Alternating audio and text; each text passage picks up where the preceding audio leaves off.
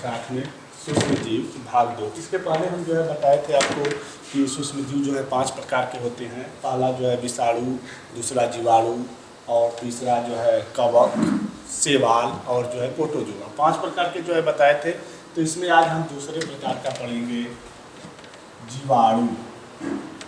जीवाणु को जो है इंग्लिश में बोलते हैं बैक्टीरिया। तो हमें जानते हैं कि जीवाणु जो होता है वह विषाणु से जो है बड़ा होता है, वायरस से जो है बड़ा होता है। इसका आकार जो है 0.2 से लेकर 100 माइक्रोन के जो है बीच में जो है पाया जाता है। 100 माइक्रोन से जो है बीच में पाया जाता है। और इसकी संरचना जो होती है विषाणु से जो है साधारण होती है।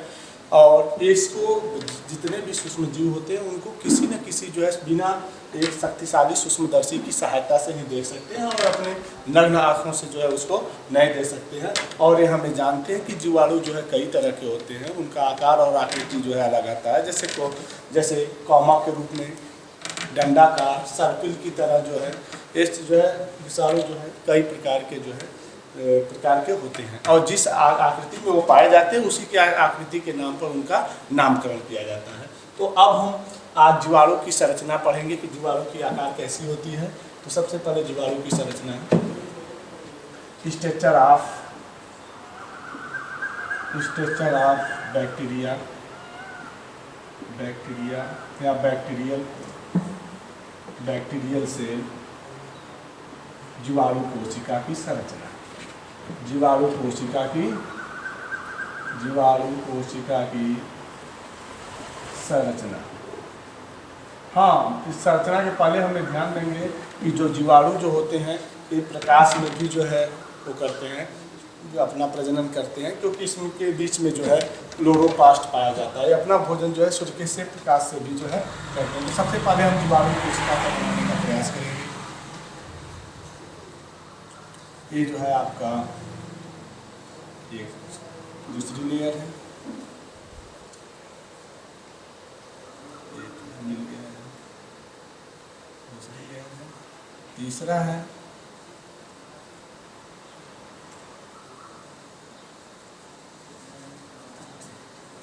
ये यहाँ से और ये यहाँ से मिल गया। अब इसमें जो है कई तरह के होते हैं ऐसे, और यहाँ पर ये होता है।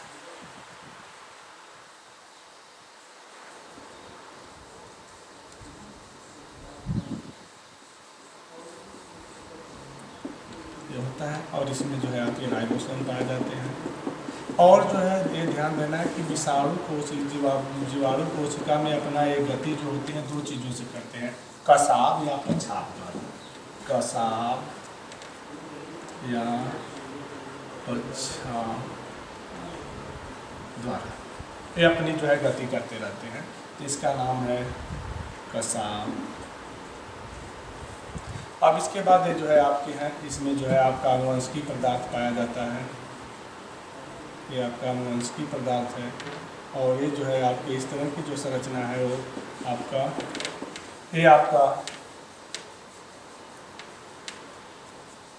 केंद्रीय पदार्थ डीएनए या आरएनए, प्लामिस्ट, यहाँ पर पछाव हो गया। ये जो है आपका, और ये इसको बोलेंगे हम प्लाज्मा झिल्ली। ये जो है प्लाज्मा झिल्ली है, इस वाले को प्लाज्मा झिल्ली। और इसको जो है कोशिका झिल्ली बोलते हैं, कोशिका झिल्ली। ये जो छोटे छोटे हैं ये राइबोसोम हो गए। और इसको जो है जो ये है इसको बोलेंगे जीवद्रव। तो यहाँ पर ये ध्यान देंगे कि किसी भी बैक्टीरिया या जो है वायरस में जो होता है उसमें सबसे बड़ी बात ये होती है कि उसका केंद्रीय पदार्थ जो है, चाहे वह डीएनए का बना होता है चाहे आरएनए का जो है बना होता है, जिसको हम केंद्रीय पदार्थ मतलब ये आपका एक केंद्रक होता है। मतलब इसमें विभाजन की क्षमता इसी डीएनए और आरएनए में होती है। इसी के कारण जो है अपना जो है क्या करते हैं, विकास जो है करते रहते हैं। अपना जो है इन्हीं के द्वारा जो है क्या करते हैं, विकास करते रहते हैं। ये जो है एक जीवाणु कोशिका है, सबसे ऊपर जो है इसके जो होते हैं ये रोवे की तरह जो होते हैं, इनको हम जो है कसाब पच्छाप बोलते हैं, जो गति करने में जो है क्या करते हैं, सहायक होते हैं। दूसरा जो होता है इसके बीच बीच में जो पदार्थ पाया जाता है जिसको हम जो है जीव द्रव बोलते हैं, साइटोप्लाज्म बोलते हैं, या इसको हम साइटोप्लाज्म या कोशिका जो है कोसा द्रव्य भी जो है बोलते हैं, जिसमें जो है विभिन्न जो है अंग जो है पाए जाते हैं। दूसरा इसके ऊपर की एक झिल्ली होती है जो पारदर्शी होती है, उसे हम प्लाज्मा झिल्ली बोलते हैं। और जो है इसमें जो केंद्रक में या कोशिका द्रव में जो पदार्थ जो है या इस पदार्थ होते हैं उनको हम जो है प्लामिस्ट बोलते हैं, जो सूर्य के प्रकाश में अपना भोजन बनाने के लिए जो है सहायक होते हैं, भोजन बनाने के लिए जो है सहायक होते हैं। और इनके चारों तरफ जो है एक दृढ़ झिल्ली होती है जिसको हम कोशिका झिल्ली कहते हैं। ये जो चारों तरफ से जो ये झिल्ली होती है इसको हम क्या कहते हैं, कोशिका झिल्ली कहते हैं। तो ये हमारे एक जीवाणु कोशिका के जो है विभिन्न भाग हैं और इसकी ये संरचना है। तो इसके चारों तरफ एक झिल्ली होती है, उसको जो है हम कोशिका झिल्ली कहते हैं, और इसके बीच में जो पदार्थ होता है इसको जो है कोषाद्रव कहते हैं। और जो इसमें विभिन्न अंग होते हैं। प्लामिस्ट जो होता है जो सूर्य के प्रकाश में जो है भोजन बनाने के लिए जो है ये कार्य करता है। और जो है ये राइबोसोम होते हैं और डीएनए आरएनए जो होते हैं वह उनके प्रजनन में जो है सहायता करते हैं। मतलब एक जीवाणु से जो है किसी तरह से बहुत से जीवाणुओं का निर्माण होता है। तो हम यहाँ पर आप देखेंगे कोशिका सेल के बाद दूसरी बात हम पढ़ेंगे जीवाणुओं का आकार। जीवाणुओं का आकार कैसा होता है, तो हमें जानते हैं जीवाणुओं की संख्या जो है अनगिनत होती है, जिनको हम अपने आँखों से नहीं देख सकते हैं, लेकिन वो हमारे त्वचा पर और हमारे शरीर पर जो है पाए विभिन्न रूपों छोटे जो है रूपों में जो है पाए जाते हैं। तो विषाणु के प्रकार, तो विषाणु जो है कई प्रकार के होते हैं, लेकिन यहाँ पर जो है 3 प्रकार का ही बताया गया है। पहला है गोलाकार जीवाणु, दूसरा जो है दंड की तरह दंडाकार या राड की तरह राड, और तीसरा है सर्पिलाकार जीवाणु। ये जो है 3 तरह के होते हैं। मतलब जीवाणु मुख्य रूप से जो है यहाँ पर बताया गया 3, गोलाकार और दंड की तरह और तीसरा जो है सर्पिलाकार जीवाणु होते हैं। तो अब ये देखेंगे गोलाकार में कौन से जीवाणु होते हैं। वे जीवाणु जो है एक कॉलोनी या जो है एक समूह के रूप में जो है पाए जाते हैं, जो है छोटे छोटे गोले के रूप में होते हैं, उन्हें हम गोलाकार जीवाणु कहते हैं। और एक गुच्छे के रूप में पाए जाते हैं। यहाँ पर हम ध्यान देंगे कि ये ऐसे जीवाणु होते हैं जो गुच्छे के रूप में पाए जाते हैं, तो उसको हम गोलाकार, जैसे स्टेटोमोनास दूसरे एक जीवाणु का नाम है जो इसके रूप में पाया जाता है गोलाकार, जो है इस तरह से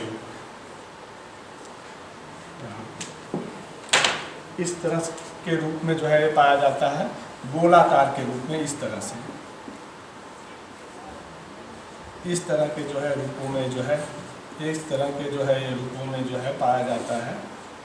इसको हम जो है गोलाकार जो है जीवाणु कहते हैं। मतलब एक कॉलोनी में गुच्छों के रूप में पाया जाएगा, इसलिए इस जीवाणु को हम क्या बोलते हैं, गोलाकार जीवाणु। इस जीवाणु में जो है जैसे है स्टेटोकोकस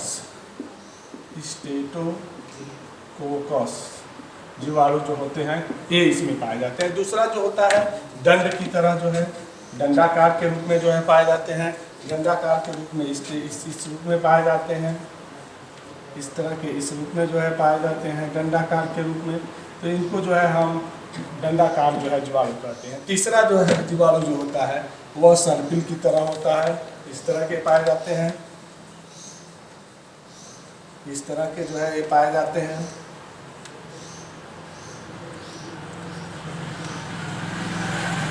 इस तरह के जो है जीवाणु पाए जाते हैं। तो इनको हम जो है सर्पिल कार जीवाणु कहते हैं, इनको हम दंडाकार जीवाणु कहते हैं, दंडाकार, और इनको सर्पिलाकार जीवाणु कहते हैं। ये जो है आपके तीन प्रकार के होते हैं। अब हम ये पढ़ेंगे कि जीवाणुओं की वृद्धि और विकास कैसे होता है। तो हम ये जानते हैं कि जीवाणु कम तापमान पर, जैसे 20 से 30 डिग्री सेंटीग्रेड पर जो है वो अपना बहुत ज़्यादा जो है वृद्धि करते हैं, और कम तापमान पर या अधिक तापमान पर वो अपना प्रजनन और वृद्धि जो है क्या 20 से 30 डिग्री सेंटीग्रेड पर वह जो है उनके लिए जो अनुकूल तापमान रहता है जीवाणुओं के लिए, उस पर वह ज़्यादा से ज़्यादा वृद्धि कर सकते हैं। और कम तापमान और अधिक तापमान पर वो अपना जो है वृद्धि जो है कम वृद्धि और उनका प्रजनन जो होता है वह कम होता है। अब हम यहाँ देखेंगे कि जीवाणु जो है दो तरह के होते हैं। मतलब वे जीवाणु जो ऑक्सीजन की उपस्थिति में अपना प्रजनन करते हैं उसे हम वायकी जीवाणु कहते हैं। वे जीवाणु जो ऑक्सीजन की उपस्थिति में अपना जो है प्रजनन करते हैं या उनके प्रजनन और वृद्धि के लिए ऑक्सीजन की आवश्यकता होती है तो उसको हम वायकी जीवाणु कहते हैं। और वे जीवाणु जिनको जो है ऑक्सीजन की आवश्यकता नहीं होती है वृद्धि और विकास के लिए, वृद्धि और प्रजनन के लिए नहीं होती है, तो वो जो है उनको अनवायकी जीवाणु, वायकी जीवाणु और दूसरा अनवायकी जीवाणु।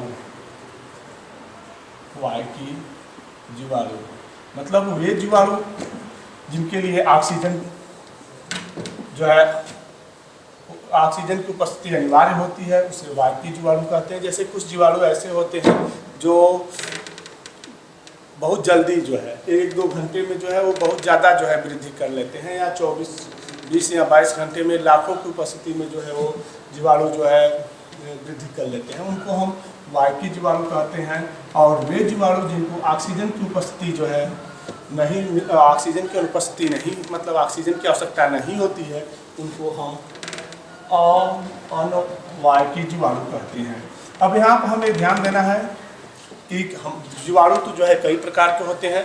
उस जीवाणु मनुष्य की आंत में जो पाए जाते हैं उनको ऑक्सीजन की आवश्यकता तो नहीं होती है, इसलिए वो अपना वृद्धि जो है धीरे धीरे और प्रजनन अपना धीरे धीरे करते हैं। और वायकी जीवाणु जो होते हैं वे जीवाणु जो होते हैं जैसे क्षय रोग, टीबी, ये सब के जो वायरस जो होते हैं यह बहुत तेज़ी से जो है आपके ऑक्सीजन की उपस्थिति में जो है बहुत जल्दी जो है अपना जो है प्रजनन करते हैं।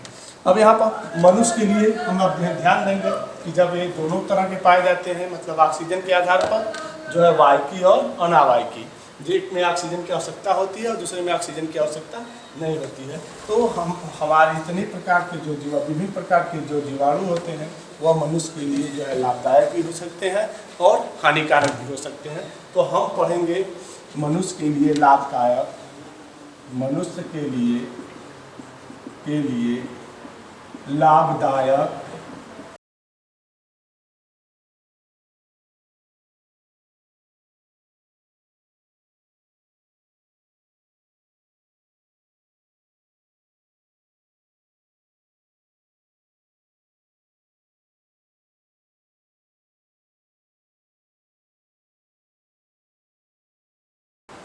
लाभदायक जीवाणु। तो मनुष्य के लिए सबसे पहले लाभदायक जीवाणु में हम पढ़ते हैं दही, दूध से दही बनना। दूध से दही बनना हमें जानते हैं कि दूध से दही दूध उत्पाद में जो है जैसे दूध से जो है दही बनाया जाता है, पनीर बनाया जाता है, तो सबसे पहले दूध को क्या करते हैं धीरे से जो है कम तापमान पर जो है खौला लेते हैं और उसमें जो है खट्टे पदार्थ दही की कुछ मात्रा उसमें जो है डाल देते हैं, जिसको हम पतिजामक कहते हैं। उसकी जो है दही बनाने के लिए जो है दही की कुछ मात्रा हम डाल देते हैं, जिसको हम पतिजामक बोलते हैं। पतिजामक जो है बोलते हैं दूध से दही बनना, दूध से दही बनना पतिजामक इसमें मिला देते हैं। और जब ये मिला देते हैं तो ये धीरे धीरे जो है इसके जीवाणु जो है उस जीवाणु का नाम होता है लैक्टोमोनास, जो है लैक्टोबैसिलियस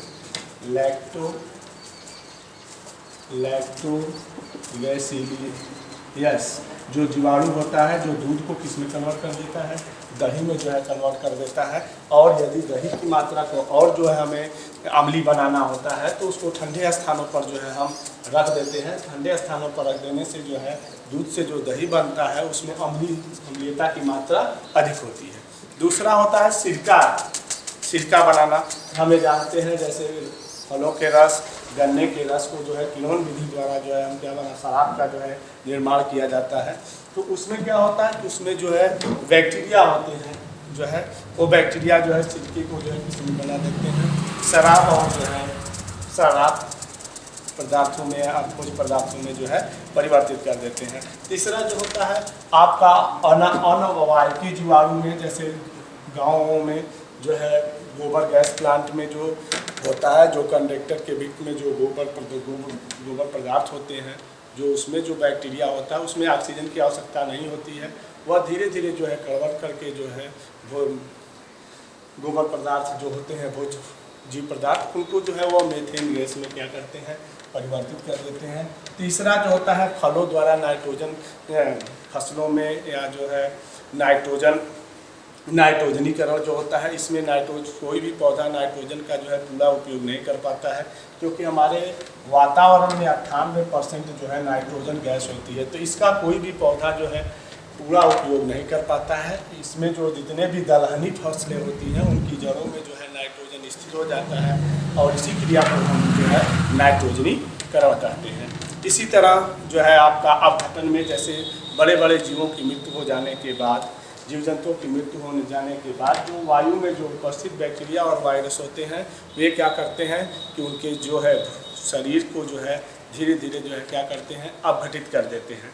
तो ये हमारे जो है लाभदायक जीवाणु हैं, और मनुष्य के लिए हानिकारक जीवाणु वे जीवाणु होते हैं जैसे हैजा, टिटनेस, कलरा, कोढ़, ये सब ऐसे जो है जीवाणु के वायरस जीवाणु होते हैं जो मनुष्य के लिए जो है हानिकारक होते हैं, और जो विभिन्न प्रकार के जो है रोग उत्पन्न कर देते हैं। मनुष्य विभिन्न प्रकार के रोग उत्पन्न कर देते हैं, जिससे मनुष्य को मृत्यु हो जाती है। तो हम इस जो है भाग में केवल जीवाणु के बारे में ही हम जो है अध्ययन करेंगे। जीवाणु, लाभदायक जीवाणु, इसके पहले बैक्टीरिया से बताया गया था।